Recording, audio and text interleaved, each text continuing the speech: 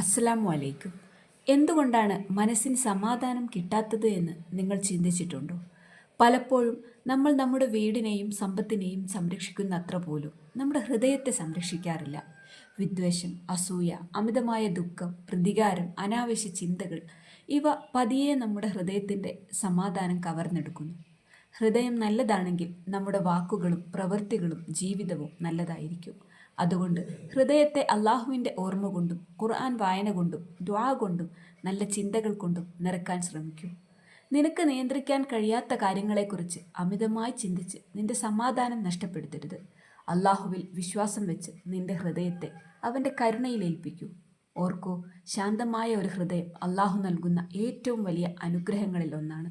അതിനെ സംരക്ഷിക്കൂ.